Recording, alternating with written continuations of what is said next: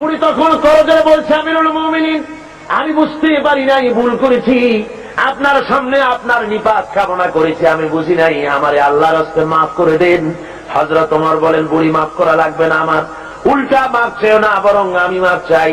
তুমি বলার আগে আমি যে তোমার ক্ষুধার খবর নিতে পারি নাই, এই জন্য তুমি কিয়ামতের ময়দানে আল্লাহর দরবারে আমারে তুমি আসামি বানাইও না। ইসলাম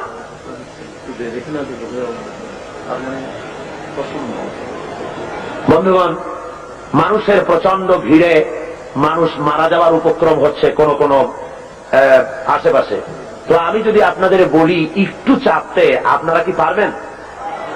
আমিও জানি আপনারা পারবেন, কিন্তু দাঁড়াবেন না, কেউ দাঁড়াবেন না, দাঁড়াবার কোনো পারমিশন নাই, বেয়াদবি করবেন না। বসা অবস্থায় একটু এগোন তো, বসা অবস্থায় চতুর্দিক থেকে কেউ কোনো মুসলমান দাঁড়াবে না। বসা অবস্থায় একটু চেপে আসেন আর একটু মহব্বতের সাথে জিকির করেন, লা ইলাহা ইল্লাল্লাহ, খুব জোরে করেন, লা ইলাহা ইল্লাল্লাহ,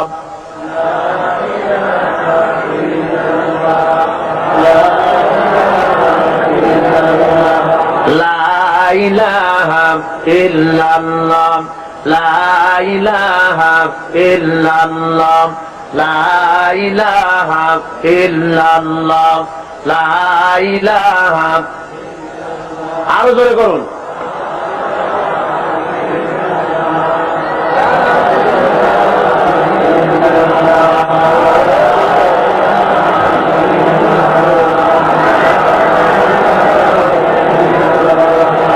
লা ইলাহা ইল্লাল্লাহ, লা ইলাহা,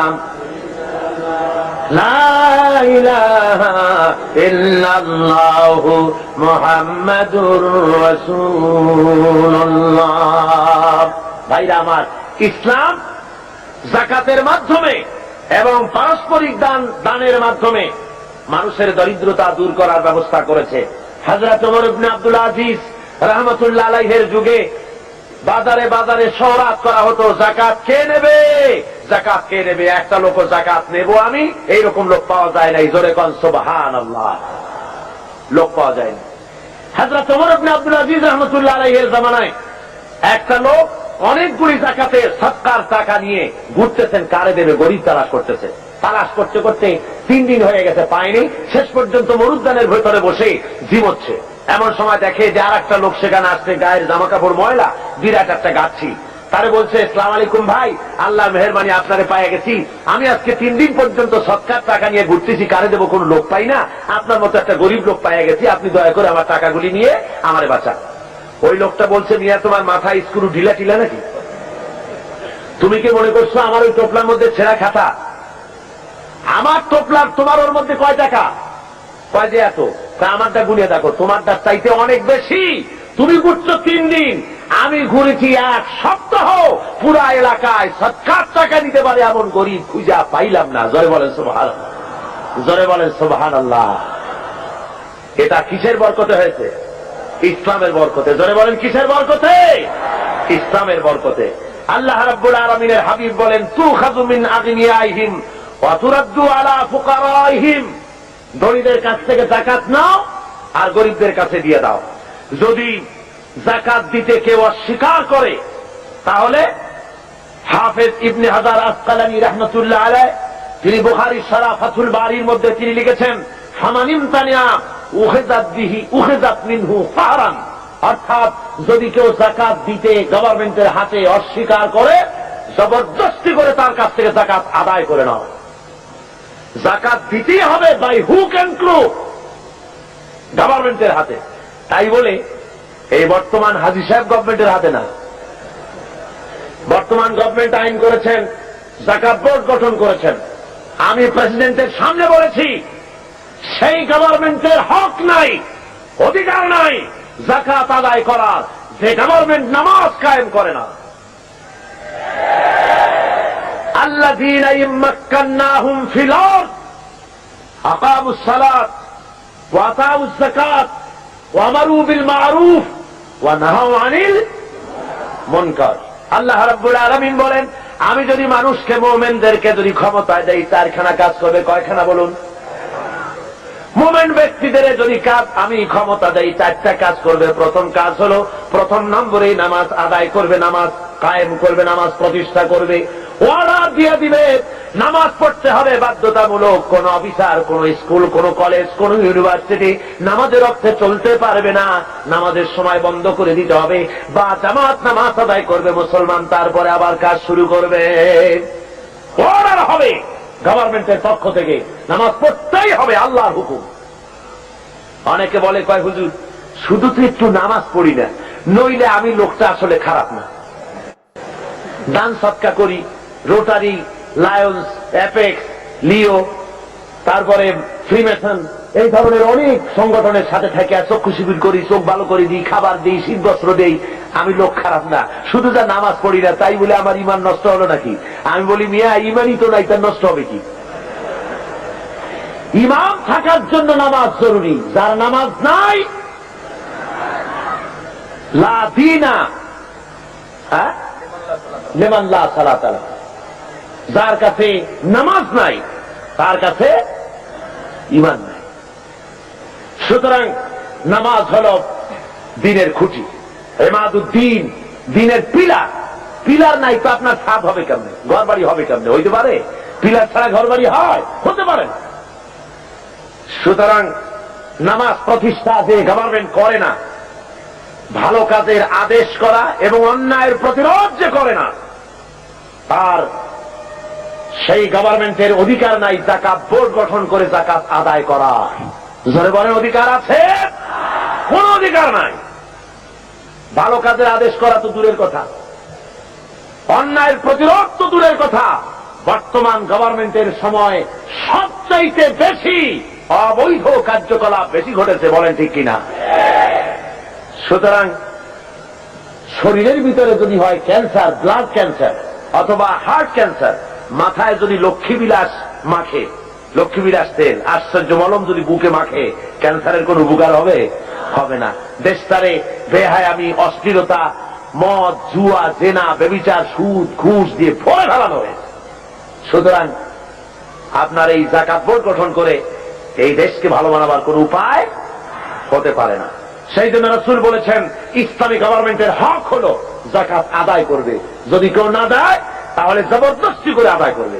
হযরতে আবু বকর সিদ্দিক রাদিয়াল্লাহু তাআলা আনহু যাকাত মুনকিরিনে যাকাত, যারা যাকাত দিতে অস্বীকার করেছিলেন, তাদের সম্পর্কে তিনি বলেছিলেন, ওয়াল্লাহি লা কাতিলান্না মান ফাররাকা বাইনা সালাতি ওয়াজ যাকাত। আল্লাহর কসম, আমি যুদ্ধ ঘোষণা করব, জিহাদ করব যারা যাকাত দিতে অস্বীকার করে। অর্থাৎ কাফেরদের বিরুদ্ধে জিহাদ করা যেমন ফরজ মনে করি, অনুরূপ ভাবে আমি যারা যাকাত দিতে অস্বীকার করে তাদের বিরুদ্ধে জিহাদ ঘোষণা করতে, জিহাদ করা আমি ফরজ মনে করি। সুতরাং মুসলমান সমাজের মধ্যে, ইসলামী সমাজে যাকাত গভর্নমেন্ট আদায় করে, জনগণের অভাব প্রয়োজন মিটায় দেয়। কেউ 10 তলায় বাস করবে আর কেউ গাছতলায় থাকবে, এই সিস্টেম ইসলামের কাছে নাই। ইসলাম মানুষকে সমান করে দিতে পারে, এই ব্যবস্থা পৃথিবীতে আর কেউ করে দিতে পারে না। রাসূল পাক সাল্লাল্লাহু আলাইহি ওয়াসাল্লাম বলেছেন, তিনি আজকে যেমন পৃথিবীতে ব্যাংক আছে, এরকম একটি ব্যাংক উদ্বোধন করেছিলেন আল্লাহর নবী। আজকের ব্যাংকগুলি তো সুদভিত্তিক ব্যাংক, আর হুজুর যে ব্যাংক উদ্বোধন করেছিলেন সে ব্যাংকের নাম ছিল বাইতুল মাল। কি নাম ছিল? বাইতুল মাল নামক ব্যাংক উদ্বোধন করতে গিয়ে আল্লাহর নবী বলেছিলেন, মান তারাকা দায়নান আও জিয়াআন ফাআলাইয়া। আল্লাহর নবী বলেন, যদি কোন ঋণগ্রস্ত ব্যক্তি ঋণ পরিশোধ না করে যদি মারা যায়, তাহলে আমি মুহাম্মদ সাল্লাল্লাহু আলাইহি ওয়াসাল্লাম তার পূর্ণ ঋণের ভার নিয়ে নিলাম। শুধু ঋণ শোধের ভারই নিলাম না, তার বিধবা স্ত্রী এবং তার অসহায় ছেলে পেলে এতিম বাচ্চাগুলি সবগুলির বোঝা আমি মুহাম্মদ সাল্লাল্লাহু আলাইহি ওয়াসাল্লাম আমার কাঁধে উঠাইয়া নিলাম। এর নাম ইসলামী স্টেট। রাষ্ট্রপ্রধান গোটা দেশের সবকিছুর জন্য তাকে দায়ী হতে হয় এবং জনগণের খেদমত করার জন্য প্রস্তুতি নিতে হয়। আর এই পথ একমাত্র দিতে পারে ইসলাম, আর কেউ দিতে পারে না। সেই জন্য ইসলাম এই যাকাতের ভিত্তিতে, যাকাত ব্যবস্থার মাধ্যমে জনগণকে ইসলামের পথ দেখিয়েছে, তাদেরকে অভাব অভিযোগ দূর করেছে, খাওয়া পড়া, শিক্ষা, চিকিৎসা, বাসস্থানের গ্যারান্টি দিয়েছে। এই ব্যবস্থা আর কেউ দিতে পারে না। আল্লাহ রাব্বুল আলামিন কোরআনে কারীমের মধ্যে বলেন, কাইলা ইয়াকুনা দুলাতাম বাইনাল আগনিয়াই মিনকুম, তোমাদের কিছু সংখ্যক ধনীদের হাতে যেন সম্পদ পুঞ্জীভূত হয়ে না থাকে, গুটি কয়েক ধনীদের কাছে যেন সম্পদ পুঞ্জীভূত হয়ে না থাকে, বরং তা স্প্রেড করে গোটা সমাজের মধ্যে যেন যাকাত সদকার আকারে তা যেন ছড়িয়ে যায়। আল্লাহ রাব্বুল আলামিন বলেন, কিয়ামতের দিন জাহান্নামীদেরকে প্রশ্ন করা হবে, ইয়াতাসাআলুনা আনিল মুজরিমিন মা সালাকাকুম ফি সাকার। জাহান্নামীদেরকে জিজ্ঞাসা করা হবে, কেন তোমরা আজকে জাহান্নামে এলে? জবাবে বলবে, ক্বালু লাম নাকু মিনাল মুসাল্লিনা ওয়া লাম নাকু নুতঈমুল মিসকিন। ওরা বলবেন, আমরা নামাজ আদায় করতাম না, আর আমরা ফকির মিসকিনদেরকে খেতে দিতাম না, এই কারণে জাহান্নামে এসেছি। এই আয়াত দ্বারা প্রমাণ হলো জাহান্নামে মানুষ যত কারণে যাবে তার মধ্যে দুইটা কারণ হলো বড়। কয়টা কারণ বড়? দুইটি কারণ বড়। একটি হলো নামাজ আদায় না করা, 2 নম্বর হলো এতিম মিসকিন গরিবদেরকে খেতে না দেওয়া। যদি এভাবে করা হয়, এই কারণে আল্লাহ তাদের জাহান্নামে দিবেন। আল্লাহ রাব্বুল আলামিন বলেন, আরাইতাল্লাযী ইউকাযযিবু বিদ্দীন। পড়েন সবাই, আরাইতাল্লাযী ইউকাযযিবু বিদ্দীন ফাযালিকাল্লাযী ইয়াদুউল ইয়াতীম ওয়ালা ইয়াহুদ্দু আলা তুআমিল মিসকিন ফাওয়াইলুল লিল মুসাল্লিন আল্লাযীনা হুম আন সালাতিহিম সাহুন আল্লাযীনা হুম ইউরাউনা ওয়া ইয়ামনাউনাল মাউন। হে নবী, আপনি কি দেখেছেন ওই ব্যক্তিকে যে পরকালকে অস্বীকার করেছে, দিনকে অস্বীকার করেছে? পরকাল আর দিনকে অস্বীকার করেছে কারা? যারা নাকি এতিমকে গলায় ধাক্কা দিয়েছে আর মিসকিনকে খেতে দেয়নি। এতিমের গলায় ধাক্কা মারা আর মিসকিনকে খেতে না দেওয়া পরকালকে অস্বীকার করার শামিল। জোরে বলেন সুবহানাল্লাহ। কত বড় কথা! এতিম মিসকিনকে গলায় ধাক্কা মারা এবং মিসকিনকে খেতে না দেওয়া, এতিমকে ধাক্কা দেওয়া আল্লাহ রাব্বুল আলামিন বরদাস্ত করেন না। পরকালকে অস্বীকার করার শামিল এগুলি হয়ে যায়। তাই ইসলাম বলেছে, গরিব মিসকিনকে ভালো ব্যবহার করো, তাদেরকে খাবার দাও, পরার দাও। আর এর সব কিছুর দায়িত্ব হলো গভর্নমেন্টের। ইসলামী গভর্নমেন্ট যদি হয়ে যায়, কোরআনের রাজ যদি কায়েম হয়ে যায়, তাহলে কেউ 1000 বিঘা জমির মালিক হবে, আর কারো রান্নাঘর উঠাবারও জায়গা থাকবে না। এই ব্যবস্থা ইসলাম হলে এ ব্যবস্থা থাকতে পারবে না। সুতরাং শহরের, দেশের সবচাইতে ভালো বাড়িটিতে প্রেসিডেন্ট থাকবেন, ভালো ভালো বাড়িগুলিতে মন্ত্রীরা থাকবেন, জেলার সবচাইতে ভালো বাড়িতে কমিশনার বা ডিসি থাকবেন, আর জনগণ থাকবে কুড়ে ঘরে, থাকার জায়গা নাই। Kamalapur rail station, Chittagong rail station, স্টেশনে কোন রকম করে মাথা গুঁজে থাকবে। ইসলাম এই ব্যবস্থা করে না। সকলের থাকা, খাওয়া, পড়া, শিক্ষা, চিকিৎসা, বাসস্থানটি দেয় কে? জোরে বলেন, কে দেয়? ইসলাম দেয়। আজকে শ্রমিকদেরকে তথাকথিত সমাজবাদীরা তারা বলে ইসলামের কাছে অর্থনীতি নাই। আরে বাবা, ইসলামের কাছে নাই, তুমি পেলে কোত্থেকে? তোমার কার্ল মার্কস, তোমার লেনিন যতটুকুন পেয়েছে ইসলামকে রিসার্চ করে তার থেকে একটুখানি নিতে চেষ্টা করেছে। কথা বুঝতে পেরেছে? ইসলাম দিয়েছে শ্রমিকের অধিকার। শ্রমিকের অধিকার কে দিয়েছে বলুন? শ্রমিককে হিংসা করা নিষেধ, ঘৃণা করা নিষেধ। যেহেতু শ্রমিককে আল্লাহ রাব্বুল আলামিনের হাবিব বলেছেন, আল কাসিব হাবিবুল্লাহ, যারা সহজে উপার্জন করে তারা হলো আল্লাহর বন্ধু। জোরে বলেন সুবহানাল্লাহ। যারা সহজে উপার্জন করে, যারা কাজ করে খায়, তাদের মতো ভালো ইনকাম, হালাল রুজি আর কাজ হতে পারে? আল্লাহ রাব্বুল আলামিনের হাবিব শ্রমিকদের অধিকার সম্পর্কে, শ্রমিক আর মালিকের সম্পর্কে বলেছেন, মালিক আর শ্রমিকের মধ্যে সম্পর্ক যেটা হবে সেটা গোলাম আর মনিবের সম্পর্ক হবে না, সে সম্পর্ক হবে ভাই ভাই। মনিব মালিক শ্রমিকের মিলের মালিক এবং শ্রমিক দুজনের মধ্যে সম্পর্ক হবে ভাই ভাইয়ের সম্পর্ক। হুজুর বলেছেন, তোমরা যেমন খাবে তাদেরকে তেমন খাওয়াবে, তোমরা যেমন পড়বে তাদেরকে তেমন পড়াবে, তোমরা যেমন থাকবে শ্রমিকদেরকে তেমন থাকার ব্যবস্থা করে দাও। ইসলাম বলেছে, দুনিয়ার আর কেউ বলতে পারেনি। ইসলামের ব্যবস্থা নিজের মানুষের সামনে পরিষ্কার করে দেখিয়েছে। রাসূল পাক সাল্লাল্লাহু আলাইহি ওয়াসাল্লাম বলেছেন, শ্রমিকের গায়ের ঘাম শুকিয়ে যাওয়ার আগে তার ন্যায্য প্রাপ্য বুঝিয়ে দাও। কোন পারিশ্রমিক ঠিক না করে কোন শ্রমিককে কাজে লাগিও না, পারিশ্রমিক আগে ঠিক করে নাও। সুতরাং শ্রমিকদের মধ্যে, মনিবের মধ্যে কোন ক্লাসে স্ট্রাগল হতে পারে না, মালিকের মধ্যে কোন ক্লাসে স্ট্রাগল হতে পারে না, যদি খাওয়া পড়ার এই ব্যবধান যদি না থাকে, সব যদি সমান করে দেওয়া হয়। এই ব্যবস্থা ইসলাম করেছিল। আজকে ইসলামী স্টেট না থাকার কারণে আমার দেশের মধ্যে, আমার দেশের ছেলেপেলেরা ইসলামকে না বুঝে তারা ভিন্ন পথে পরিচালিত হচ্ছে। তারা মনে করতেছে যে সমাজতন্ত্রের মাধ্যমে বুঝি শান্তি আসবে। আমার দেশের কলেজের ছেলেরা, ইউনিভার্সিটির ছাত্ররা তারা মনে করে যে শান্তি আসবে সমাজতন্ত্রের পথে। কোন পথে? এটা আসলে সমাজতন্ত্র না, এটা আসলে হলো 6 মাস তন্ত্র। কি তন্ত্র বলুন? 6 মাস তন্ত্র। ওরা বলে কমিউনিজম, আসলে কমিউনিজম নয়, এটার নাম আসলে হলো কমিউনাইজম। আসলে এটার নাম কি? অর্থাৎ এর চাইতে পচা মতবাদ, এর চাইতে মানবতা বিধ্বংসী মতবাদ আল্লাহর জমিনে আর একটাও হতে পারে না। পৃথিবীতে মানবতা বিধ্বংসী মতবাদ 2টা। জোরে বলেন কয়টা? একটা হলো পুঁজিবাদ আর একটা হলো সমাজবাদ। এই 2টি মতবাদ গোটা দুনিয়ার মানুষকে জ্বালিয়ে পুড়িয়ে শেষ করে দিল। ওই সেদিন লোকেরা বলল যে এইবার দুনিয়ায় শান্তি হবে। কেমনে শান্তি হবে? কয় যে দুনিয়ার 2 মহাশক্তি, 2জন শান্তির পায়রা ওয়াশিংটনে মিলিত হচ্ছেন। একজন রাশিয়ার গর্বাচেভ আর একজন কি আমেরিকার রোনাল্ড রিগান। বললেন যে এইবার পৃথিবীতে শান্তি হবে। ওরা হলো শান্তির পায়রা। আমি বললাম, ওই যদি হয় শান্তির পায়রা, তাহলে পৃথিবীতে অশান্তির শকুন হবে কারা? গোটা দুনিয়াকে জ্বালিয়ে পুড়িয়ে মেরেছে এরা, এই 2 শক্তি। জোরে বলেন ঠিক কিনা? গোটা বিশ্বকে জ্বালিয়ে পুড়িয়ে শেষ করেছে তারা। মাঝারি পাল্লার ক্ষেপণাস্ত্র তারা বন্ধ করতে এসেছে, অর্থাৎ অস্ত্র বেশি হয়ে গেছে, এখন বন্ধ করা ছাড়া পথ কি? পোড়ায় ফেলা ছাড়া পথ কি? নদীতে ডুবাই দেওয়া ছাড়া পথ কি? গোটা দুনিয়ার সমস্ত গরিব রাষ্ট্রগুলিকে পায়ের তলে রেখে তারা শাসন করবে, শোষণ করবে, এটাই হলো তাদের কাজ। আর এভাবে তারা অগ্রসর হতে থাকে।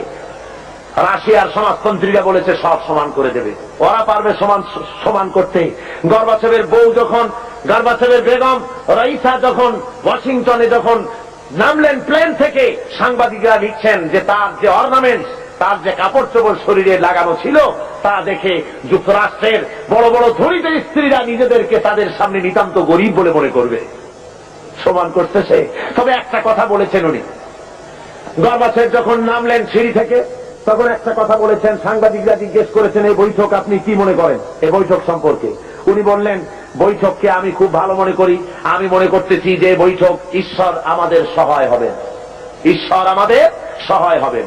দুনিয়ার পত্র পত্রিকাগুলি কমেন্ট করল, নাস্তিক্যবাদী রাশিয়ার প্রেসিডেন্ট, নাস্তিক্যবাদী দেশের প্রেসিডেন্ট বলছেন ঈশ্বর সহায় হবে। কথাটা মন্দ না, ভূতের মুখে রাম নাম। কথা বুঝতে পারছেন? তবে আজকে একটি জিনিস ভালো লক্ষ্য করা যাচ্ছে, তা হলো এই, গর্বাচেভ আগের মতো অন্যান্য প্রেসিডেন্টের মতো নন, বরং তিনি ভিন্ন চিন্তা করতেছেন।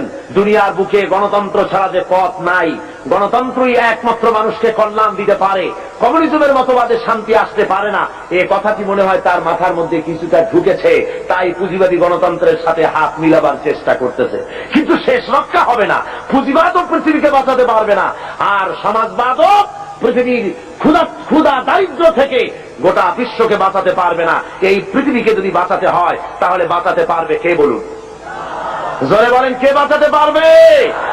ইসলাম বাঁচাতে পারবে, আর কেউ বাঁচাতে পারবে না এই পৃথিবীকে। এই পৃথিবীকে বাঁচাবার জন্য একমাত্র ইসলাম। সুতরাং ইসলাম ছাড়া অন্য কোন মতবাদ মানতে আমরা রাজি না। কি বলেন, আপনারা রাজি? ওরা বলে সব সমান করে দেব। আমার বিরুদ্ধে তারা অভিযোগ তোলে, আমি সমাজতন্ত্রের বিরুদ্ধে কথা বলি, কমিউনিস্টদের বিরুদ্ধে কথা বলি। কমিউনিস্টদের বিরুদ্ধে তো কথা বলতেই হবে, যেহেতু তারা আল্লাহকে মানে না। কমিউনিস্টরা কি মানে না বলুন? জোরে বলেন, কি মানে না? কমিউনিস্টরা নাস্তিক, তারা আল্লাহকে অস্বীকার করেছে। মার্কস অ্যান্ড এঙ্গেলস এই বইয়ের ভিতরে 385 পৃষ্ঠায় এর মধ্যে লেখা হয়েছে যে ধর্ম হলো একটি ধর্ম মানুষেরা নিজেরা তৈরি করেছে, ধর্ম বলতে আসলে কোনো জিনিস নাই। কার্ল মার্কস তার one step forward to step back বইয়ের মধ্যে লিখেছেন ধর্ম হলো মানুষের জন্য আফিম।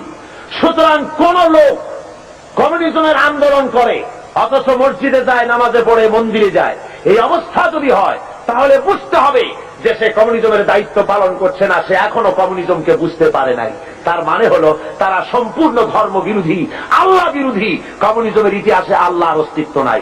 সুতরাং এই কমিউনিজমের মতবাদকে প্রতিষ্ঠা করার জন্য 1918 সালে সোভিয়েত সংবিধানের 13 নম্বর অনুচ্ছেদ সংযোজিত করা হয় 1918 সালে। সেখানে দেশের সকল ধর্মের সমস্ত শিক্ষা প্রতিষ্ঠানে ধর্মীয় শিক্ষা পুরাপুরি বন্ধ করে দেওয়া হয়। এবং 1921 সালে রাশিয়ার বুকে বিভিন্ন ধর্মীয় প্রতিষ্ঠানগুলি, মসজিদ মাদ্রাসাগুলি, হাজার হাজার মসজিদ মাদ্রাসা তারা ক্লাব করেছে, সিনেমা হলে পরিণত করে দিয়েছে। 1924 সালে তারা রাশিয়ান সরকারের অধীনে সেখানে গডলেস অ্যাসোসিয়েশন হয়, অর্থাৎ খোদাদ্রোহী, খোদা মানে না নাস্তিকদের সমাজ সেখানে তৈরি হলো। এবং তারা একই বছরে হাজার হাজার আলিমদেরকে, মুসলমানদেরকে সেখানে তারা জবাহ করল। রাশিয়ার ভিতরে মসজিদ মাদ্রাসা যেখানে ছিল, আপনার আজ থেকে অন্তত অক্টোবর বিপ্লবের পূর্বে আমার কাছে এই রাশিয়ানদের বিপ্লবের বইপত্র বহুত আছে। সেই বইপত্র থেকে আমি সংগ্রহ করেছি, আপনারাও পড়তে পারেন। রুশ, ভারত, বাংলাদেশ একটি বই আছে, বাংলাদেশে বেরিয়েছে। এছাড়া অনেক অথেন্টিক বই আমার কাছে আছে রাশিয়া সম্পর্কে। আমি আন্দাজে বক্তৃতা করি না, পড়াশোনা করে বক্তৃতা করি। পুঁজিবাদী দেশ চোখে দেখেছি, সমাজতান্ত্রিক দেশও চোখে দেখেছি, চোখে দেখে তারপরে বক্তব্য রাখি। অক্টোবর বিপ্লবের পূর্বে সোভিয়েত রাশিয়ার মসজিদের সংখ্যা ছিল 26,279টি, আর 1959 সনে এসে এই মসজিদ দাঁড়িয়েছে 1200-তে। এরপরে এই মসজিদের সংখ্যা আরো কমে গেছে, অর্থাৎ মসজিদগুলি ক্লাব বানানো হয়েছে, নাট্যশালা বানানো হয়েছে, আর যুব কমিউনিস্টদের তাস, পাশা, জুয়া খেলার অফিসে পরিণত করা হয়েছে। জয়কান্ড উজুবিল্লাহ। রাশিয়ার ভিতরে মুসলমানদের জোহরের নামাজ পড়া নিষেধ, আসরের নামাজ পড়া নিষেধ। নামাজ পড়লে পরে তাহলে উৎপাদন কমে যাবে, সেই জন্য নামাজ পড়তে দেওয়া হয় না। খাতনা করা নিষেধ। হজ তো করতেই পারে না, হজ করার কোন সুযোগ তাদের কাছে নাই, যেহেতু ব্যক্তি মালিকারা নাই, হজ করবে কেমনে? যাকাত দেওয়ার তো প্রশ্নই ওঠে না। এই অবস্থা হলো সেই সমাজে। মানুষেরা সবচাইতে বেশি দুঃখে কষ্টে সেখানে আছে। বিশ্বকবি, কবি সম্রাট আল্লামা ইকবাল রহমাতুল্লাহ আলাইহে তিনি ওই রাশিয়া সফর করে তিনি বলেছিলেন দুঃখ করে, আয়ে তায়রে লাহুতি উস রিজক সে মৌত আচ্ছি, जिस रिज़्क़ से आती हो परवाज में कोताही। যে রিজেক তোর হইল আজাদি, নীল আকাশের আলো, তাহার চাইতে স্বাধীন মরণ হাজার গুণে ভালো। যে রুজি খেতে গিয়া হে উড্ডয়নশীল পাখি, যে রিজেক খেতে গিয়ে তোমার স্বাধীনভাবে ওড়া বন্ধ হয়ে গেছে, ওড়ার স্বাধীনতা বন্ধ হয়ে গেল, তার চাইতে তোমার স্বাধীনভাবে না খেয়ে মরে যাওয়া অনেক ভালো ছিল। রাশিয়ার বুকে লোকেরা কথা বলার অধিকার পায় না। পত্রিকা গভর্নমেন্টের, টেলিভিশন গভর্নমেন্টের, সে দেশে তাদের রেডিও গভর্নমেন্টের, প্রচার মিডিয়া সব গভর্নমেন্টের হাতে, জনগণের কাছে কিছু নাই। এই এলাকায় যদি 10,000 লোক খতম করে দাও করে, পাশের 1 মাইল দূরে লোকদের জানার কোন উপায় নাই। প্রত্যেকটা মানুষের পেছনে গোয়েন্দা লাগানো রয়েছে। নিজের বাক স্বাধীনতা নাই, গণতন্ত্র নাই। বলেন রাশিয়া গণতন্ত্র আছে? জোরে বলেন আছে? কোরিয়ায় গণতন্ত্র, আপনার যেসব জায়গায় সমাজতন্ত্র প্রতিষ্ঠা হয়েছে সেসব জায়গায় কি গণতন্ত্র আছে? নাই। আমাদের দেশে এই গণতন্ত্রের বুলি নিয়ে কমিউনিস্টরা ময়দানে নেমেছে, গণতন্ত্রের শ্রদ্ধাবরণে তারা কাজ করতে চাচ্ছে। আসলে তারা হলো ইসলামের সবচাইতে বড় দুশ্মন। ইসলামের সবচাইতে বড় দুশ্মন কারা? জোরে বলেন, সবচাইতে বড় দুশ্মন কারা? তারা সুযোগ খুঁজতেছে, সুযোগ পেলেই তারা মুসলমানদের উপরে আক্রমণ করবে, আফগানিস্তানের মতো দশা ঘটিয়ে ছাড়বে। তারা মুসলমানদের ধোঁকা দেওয়ার জন্য। আপনারা বলেন, কোনদিন আপনারা শুনেছেন যে কমিউনিস্টরা হজ করেছে? কমিউনিস্টদের লিডাররা তো সব বড় বড় ধনী, কোটি কোটি টাকার মালিক কমিউনিস্টদের লিডারেরা। আপনারা শুনেছেন কোন কমিউনিস্ট লিডার জীবনে হজ করেছে? শুনেছেন? জোরে জবাব দিবেন, শুনেছেন? কোনদিন তাদের রোজা রাখতে দেখেছেন? কোনদিন যাকাত দিতে দেখেছেন? কোনদিন তাদেরকে কোন আলেম ওলামাদের কাছে এসে দোয়া চেতে দেখেছেন? অর্থাৎ তারা আল্লাহকে সম্পূর্ণ স্বীকার করেছে, এরা আল্লাহকে মানে না। শুধুমাত্র বাংলাদেশের যেহেতু 10 কোটি মুসলমান, কাজ করতে অসুবিধা হবে, তাই তাদের নেতা মরে গেলে পরে জানাজার অনুষ্ঠান করে মানুষকে ফাঁকি দেওয়ার জন্য। তাদের নেতা মারা গেল আর জানাজার জন্য বাইতুল মুকাররমের সমস্ত টুপি খরিদ হয়ে গেল। বাইতুল মুকাররমে আর টুপি ছিল না, সব টুপি তারা কিনল। কেনার পরে চলে গেল জানাজার নামাজ পড়ার জন্য। জানাজা পড়তে গেল, ওরাই গেল যাদের কাছে নামাজ নাই, রোজা নাই, আল্লাহ পরকালের চিন্তা নাই। হ্যাঁ, জানাজা পড়তে গেছে, পথে মধ্যে পেশাব আসলো, প্যান্টের বোতাম খুললো আর ব্রাশ ফায়ার মেরে দিল। প্যান্টে লাগে গেল, ধোয়া নাই, মোছা নাই। ওই অবস্থায় জানাজায় দাঁড়ায় গেছে আল্লাহু আকবার। যেমন জাতের মুদ্দার তেমন জাতের মুক্তাদি দাঁড়ায় গেছে, দাঁতে কপালে হয়ে যাক মুদ্দারে। আর এমন জানাজা পড়াবার জন্য ইমামের অভাব হয় না আমার দেশে। কমিউনিস্টদের জানাজা পড়া হারাম, কমিউনিস্টরা কাফের। দুনিয়ার আজকে স্পষ্টভাবে আমি বলছি, শুনে রাখো, চট্টগ্রামের 20 চট্টলার মুসলমানেরা, দুনিয়ার সমস্ত আলেম, মুফাসসির, মুহাদ্দিস একমত, কমিউনিস্টরা কাফের। যারা বলেন কমিউনিস্টরা কি? কমিউনিস্টদের সাথে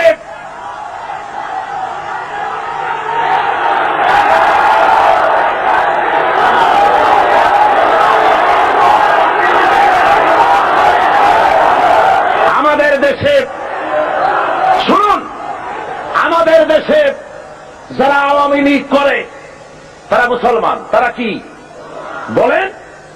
আওয়ামী লীগের ভিতরে বহু লোক আমি দেখেছি হজ করে, নামাজ পড়েছে, তাহাজ্জুদের নামাজও পড়ে, তারা আল্লাহ বিশ্বাস করে, ঠিক কিনা করে? মুসলিম লীগ করে, বিএনপি করে, অন্যান্য যত রকমের আছে, এরা মুসলমান, কোন সন্দেহ নাই। এরা কি?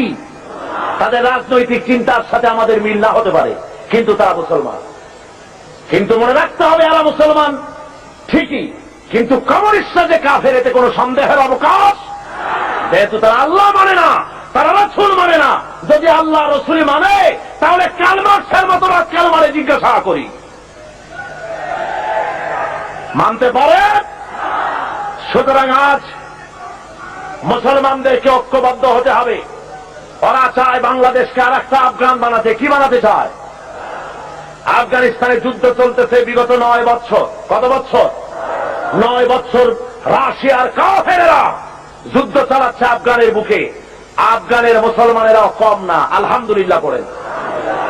আফগান মুজাহিদিনরা এ পর্যন্ত প্রায় 70 থেকে 80 হাজার রাশিয়ার কাফের সৈন্যদেরকে জাহান্নামের টিকিট করে পাঠিয়ে দিয়েছে, আলহামদুলিল্লাহ পড়েন।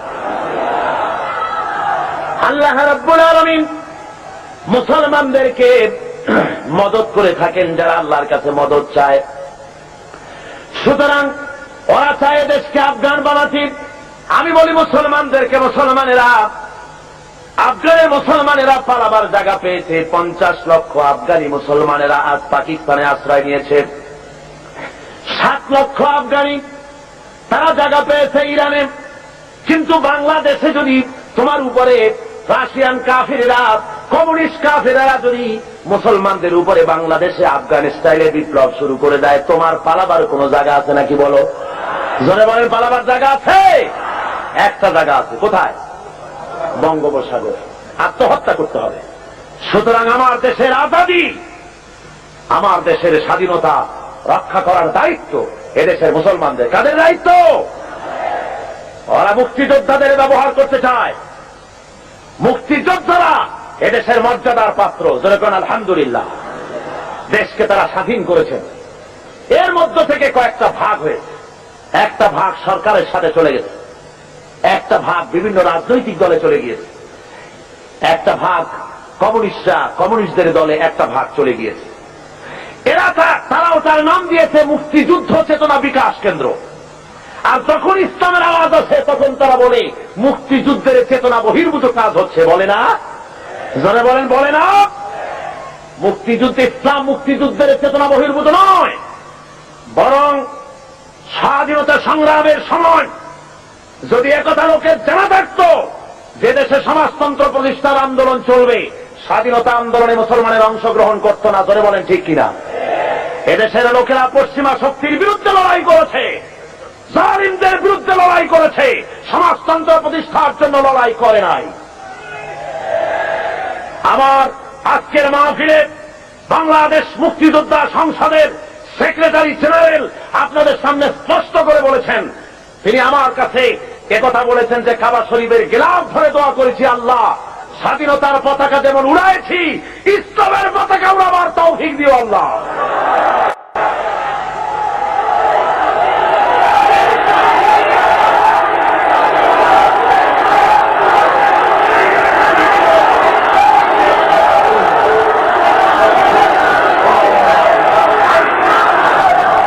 সুতরাং ভাইয়ের আমার, আজকে 4 দিন ধরে বা 5 দিন ধরে আপনাদের সামনে কোরআনে কারীমের যে কথা বলা হলো, এই কথা অনুযায়ী নিশ্চয়ই আপনারা বুঝতে পেরেছেন ইসলাম ছাড়া অন্য কোনো পথ নাই। সমাজতন্ত্রের স্পষ্ট কথা ভালো করে মুখস্থ করে যান। কমিউনিজমের সাথে মুসলমানের সংঘর্ষ ছাড়া আর কিছুই হতে পারে না। সমাজতন্ত্রের সাথে, কমিউনিজমের সাথে মুসলমানের, ইসলামের কোন মিতালি কিয়ামত হয়ে যেতে পারে। সূচের ছিদ্র দিয়া উট চলে যেতে পারে, কমিউনিস্টদের সাথে ইসলামের সাথে কোনো সম্পর্ক হতে পারে না। সুতরাং মুসলমানেরা কমিউনিস্টদের জনসভায় যাওয়া হারাম, কমিউনিস্টদের মিছিলে যোগ দেওয়া হারাম, তাদেরকে 4টা পয়সা সহযোগিতা করা হারাম। যারা বলেন কি মুসলমানেরা কমিউনিস্টদের কোন সহযোগিতা তোমরা করবে? কারা করবে না হাত উঁচু করে দেখাও। হাত নামান, হাত নামান, হাত নামান।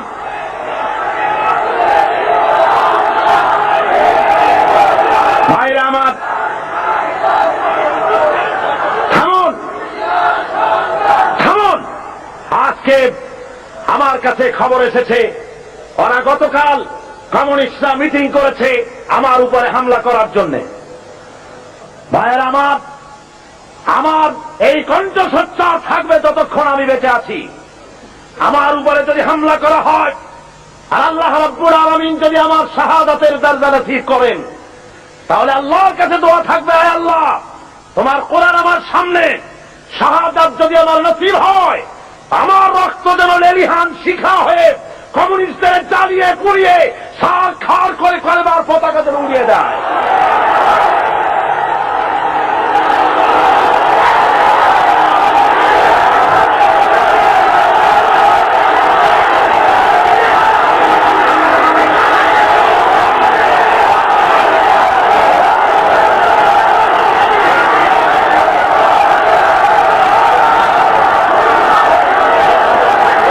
আমার আল্লাহ রাব্বুল আলামিন সাফ করে বলেছেন, জমিন হলো আল্লাহ, এই জমিনে আপনারা কোরআনের রাজ কায়েম করার জন্য প্রস্তুত আছেন?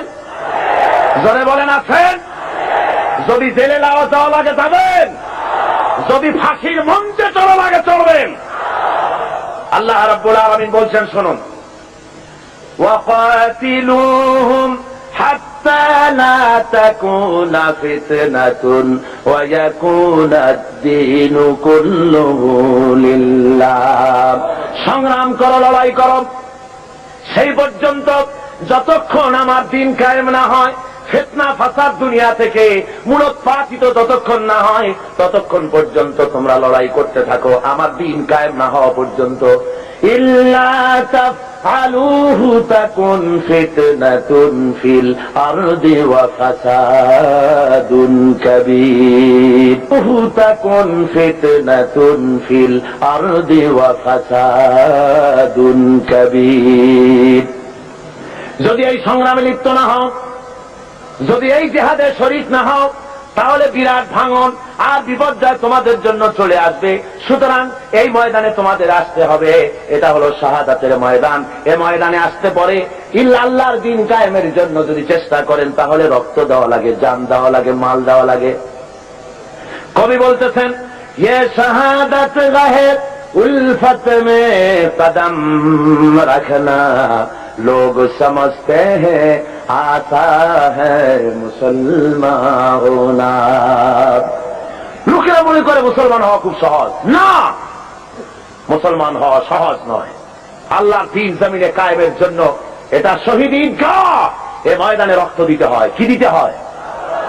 আর সেই রক্ত নয়, সে মৃত্যু নয়, সে মৃত্যু হলো জীবন। সে মৃত্যুর নাম কি? সে মৃত্যুর নাম কি? আল্লাহ রাব্বুল আলামিন শাহাদাতের মওতকে এত বড় বরকতপূর্ণ মর্যাদাপূর্ণ করেছেন। শহীদি মওত যদি কারো নসিব হয়ে যায় তাহলে সে মওত পিঁপড়ায় কাটা যন্ত্রণার চাইতে আর বেশি কিছু হয় না। মানুষ মরে যাবে, শহীদি মওত যদি নসিব হয়ে যায়, মরার সঙ্গে সঙ্গে এদিকে মরবে আর ওদিকে আল্লাহ রাব্বুল আলামিনের সঙ্গে দিদার নসিব হয়ে যাবে। এই ময়দানে কাজ করতে আসবেন, অস্ত্রপাতির প্রয়োজন নাই, জনসংখ্যা বেশি দেখার দরকার নাই।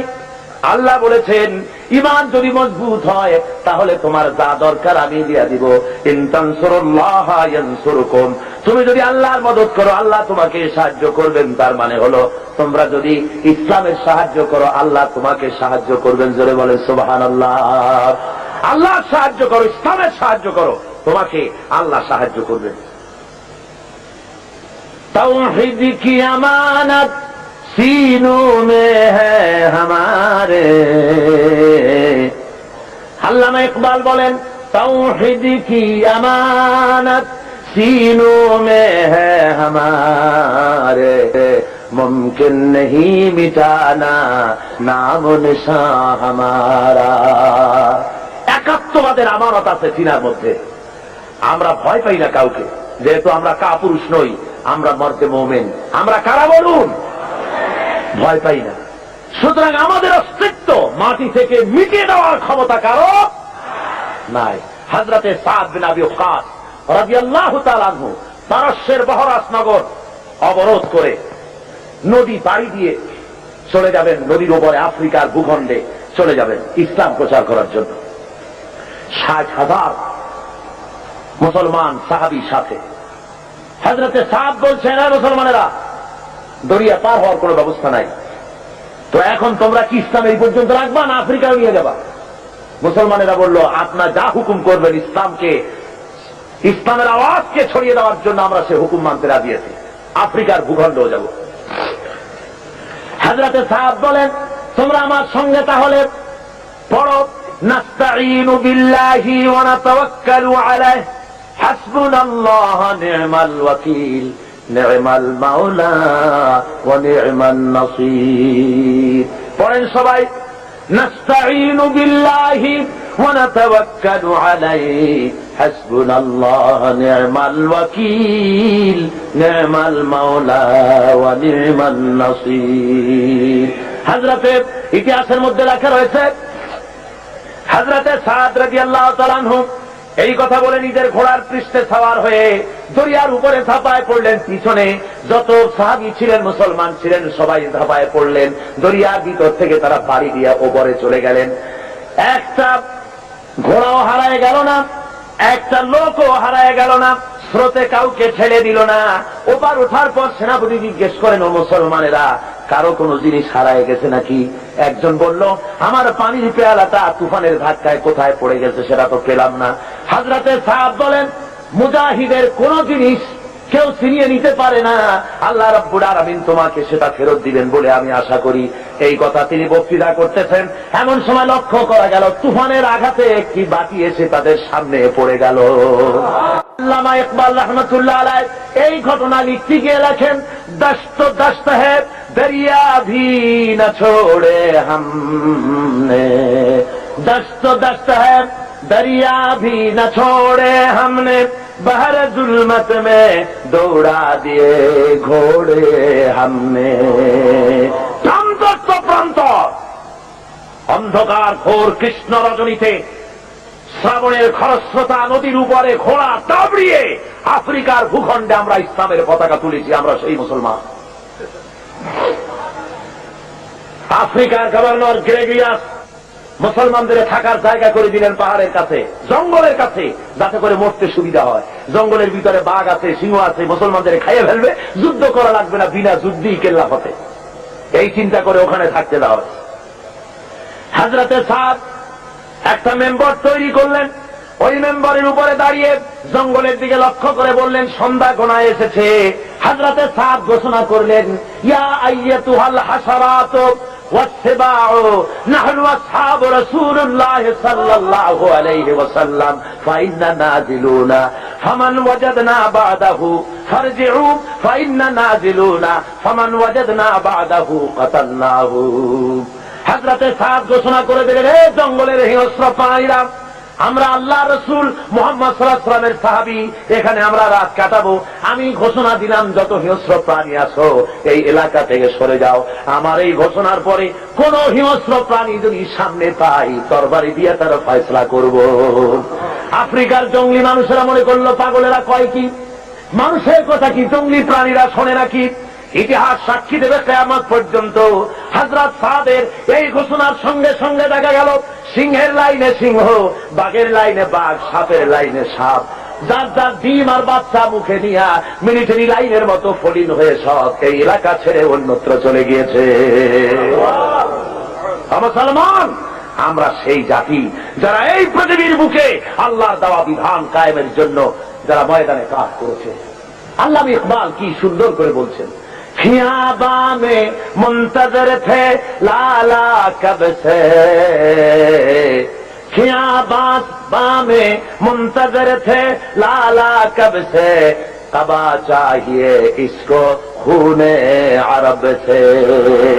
সেই কবে থেকে ফুলের কড়িটা প্রস্ফুটিত হওয়ার অপেক্ষায় প্রতীক্ষামান, কবে থেকে অপেক্ষা করতেছে, একটু বাতাসের ধাক্কা লাগবে আর ফুলের কুড়িটা ফুলে যাবে।